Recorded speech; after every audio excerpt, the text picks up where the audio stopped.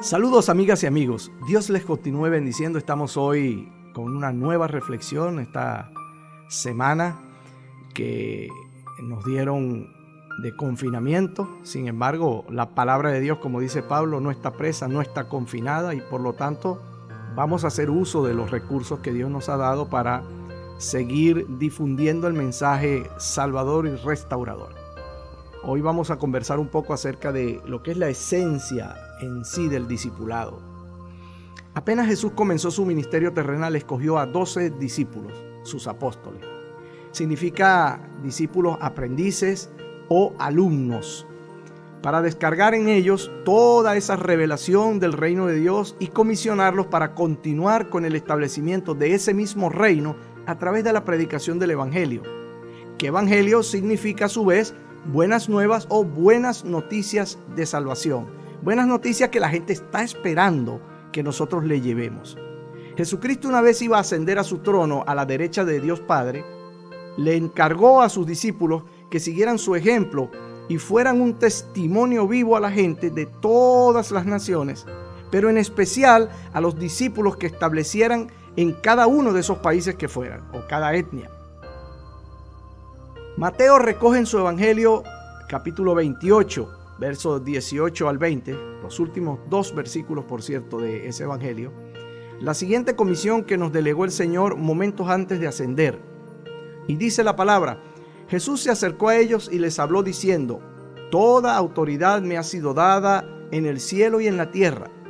Por tanto, vayan y hagan discípulos de todas las naciones, bautizándolos en el nombre del Padre, del Hijo y del Espíritu Santo, enseñándoles que guarden todas las cosas que les he mandado. Y he aquí, yo estoy con ustedes todos los días hasta el fin del mundo. En este pasaje encontramos varios puntos resaltantes. El primero y el más importante es: vayan y hagan discípulos. El segundo es: enséñenles a guardar todas las cosas que yo les he mandado. Es decir, todo lo que el Señor nos dejó establecido en su palabra es lo que nosotros tenemos que enseñarle a esos que vienen detrás de nosotros convirtiéndose al Señor. Y tiene una promesa: yo estoy con ustedes todos los días hasta el fin del mundo. Jesús está con nosotros en las buenas, en las malas, en todo momento, hasta el fin del mundo, o hasta que se acabe este siglo, dicen algunas otras traducciones. ¿De qué siglo? El siglo donde el hombre está dominando el mundo. Entonces es imperativo lo que nos exige Jesús. No es selectivo, tampoco es para un selecto grupo, pues en ese momento cuando Jesús lo habló estaban más de 500 creyentes oyendo las palabras de Cristo mientras contemplaban ese instante glorioso cuando el Señor ascendía ante sus ojos al cielo. El error más grande que puede cometer un cristiano es pensar que la gran comisión de ir y hacer discípulos es solo para los apóstoles, los ministros o los líderes de la iglesia. Esa orden es para todos y cada uno de nosotros, y más vale que la obedezcamos. Veamos algunas consideraciones respecto a la gran comisión de ir y hacer discípulos. El discipulado fue escogido por el propio Señor como la mejor forma de predicar y enseñar los principios de la palabra de Dios a quienes se van convirtiendo y comienzan a formar su carácter cristiano. El discipulado es eminentemente relacional, pues se trata de nuestra relación como creyentes con otros nuevos creyentes. Jesús le predicaba a miles, pero discipuló solo a 12. Esto debe decirnos algo acerca de nuestra misión para con los demás en el cuerpo de Cristo. Por lo tanto, una manera como podríamos definir la obra de discipulado es la motivación intencional de cristianos sobre la base de relaciones deliberadas, de amor y entrenamiento en la palabra de Dios. Entendemos entonces que el discipulado es intencional y deliberado. No es algo que simplemente sucede, es el resultado de una iniciativa con propósito de parte de nosotros para con otros cristianos. El discipulado implica motivación. Los cristianos necesitan ser motivados para ser fieles y perseverar en su fe. El discipulado está enfocado en hacer seguidores de Jesús, es decir, cristianos, no solo en una reforma moral o como copias de ti mismo, pues cada quien tiene su propia personalidad. Lo que hay es que ayudarles a moldearla a la luz de la Biblia.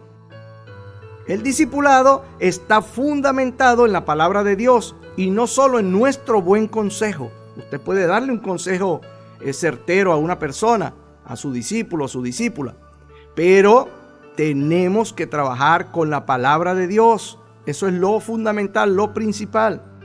Entonces, discipular es amar, cuidar de la vida de alguien como cuidamos la nuestra.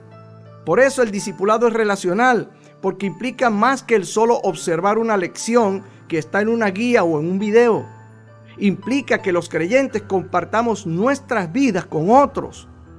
Por esta razón es muy importante que entendamos que el discipulado es un proceso y no solo un programa. Resulta muy fácil pensar en el discipulado como un programa en lugar de un proceso. Muchos programas han sido desarrollados para hacer crecer discípulos, pero debido a que cada persona es diferente y tiene diferentes luchas y tentaciones, el discipulado no puede ser presentado tan a la ligera ni esquemáticamente.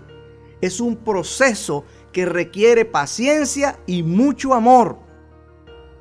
El apóstol Pablo, uno de los más eficaces discipuladores de la historia de la iglesia, escribió en su carta a los Filipenses, capítulo 4, verso 9, algo que jamás deberíamos tener en poco y mucho menos olvidar. Él recomendó, y cito, lo que ustedes aprendieron y recibieron de mí, lo que de mí vieron y oyeron, pónganlo por obra y el Dios de paz estará con ustedes. Otras versiones dicen, esto hagan o esto practiquen y el Dios de paz estará con ustedes. Vamos a analizar este pasaje. Pablo está dando por sentado que él cumplió con discipular a un grupo de creyentes, como se espera que usted y yo lo hagamos. Él usa 4 palabras clave para que entendamos la importancia de hacer discípulos a partir de lo que hemos aprendido, recibido, oído y visto. Son 4 verbos que implican la acción de discipular. Por esta razón, y basados en lo exigido por el Señor en Mateo 28, 18 y 20, entendemos que la esencia del discipulado es dar de lo aprendido, de lo recibido, de lo oído y de lo visto en otros. Aquellos que nos discipularon y que ahora nosotros tenemos que continuar con otros que vienen después de nosotros. Es decir, debo ser un modelo y testimonio de una vida transformada por Cristo para aquellos a quienes se han puesto a mi cuidado y bajo mi discipulado. Ellos a través de mí van a aprender, van a recibir, van a oír y van a ver al Señor. No implica que seamos perfectos, ojo, sino que en nuestras imperfecciones sepamos ser de ayuda y ejemplo a quienes vienen detrás de nosotros en el reino de Dios. Jesús, fíjese usted esto, Jesús discipuló a 12, estos a otros y los otros a otros durante estos 2000 años de historia del cristianismo hasta llegar a nosotros. Si a usted le hablaron de Jesús y lo discipularon o ayudaron a que Cristo fuera formado en usted, es su deber hacerlo con otros, es su obligación. Esto no es selectivo. El Señor nunca dijo, si tienes tiempo, si quieres y puedes, anda y haz discípulos, sino que ordenó, vayan y hagan discípulos. 2 verbos en imperativo. No es selectivo, de manera que si no lo hago, caigo en el círculo de la desobediencia, y toda desobediencia es pecado deliberado. Un pecado que el juicio divino no pasará por alto. Que nos quede eso muy claro, señores.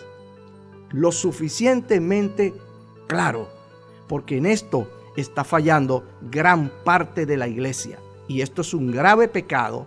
Primero, desobediencia, y segundo, de ingratitud.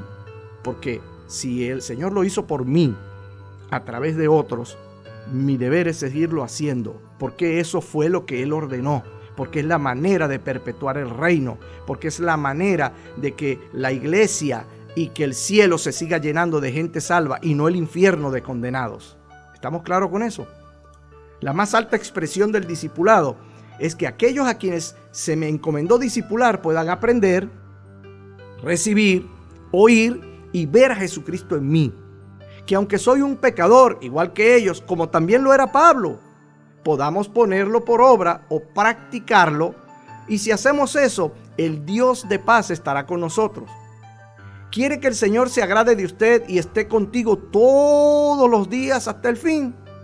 Entonces, disipule a los hijos de Dios, aquellos por los cuales también Jesucristo murió en la cruz. Es lo menos que podemos hacer para agradecerle su gracia y su amor redentor para con nosotros. Si todavía usted no ha recibido a Jesucristo como su único Señor y Salvador, entonces aún no se ha convertido en su discípulo. Si desea ser salvo de la condenación eterna y seguir a Jesús todos los días de su vida, le invito a orar junto conmigo para convertirse a Cristo.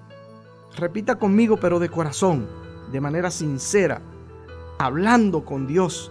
Dígale: Padre nuestro que estás en los cielos, confieso que he pecado contra ti y me arrepiento de todo corazón por eso. Jesucristo, te pido perdón por mis pecados.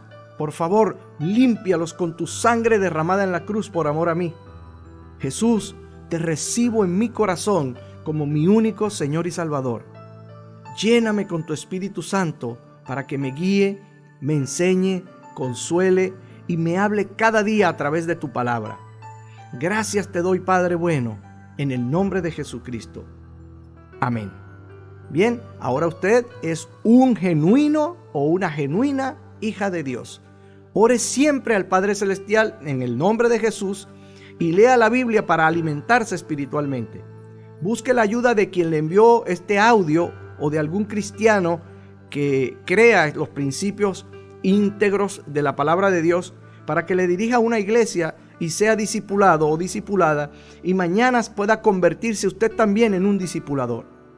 Que el Señor crezca cada día en su vida y le haga un poderoso discípulo suyo. Le desea de todo corazón su servidor, el pastor George Dumat, desde la isla de Margarita, Venezuela. Bendiciones.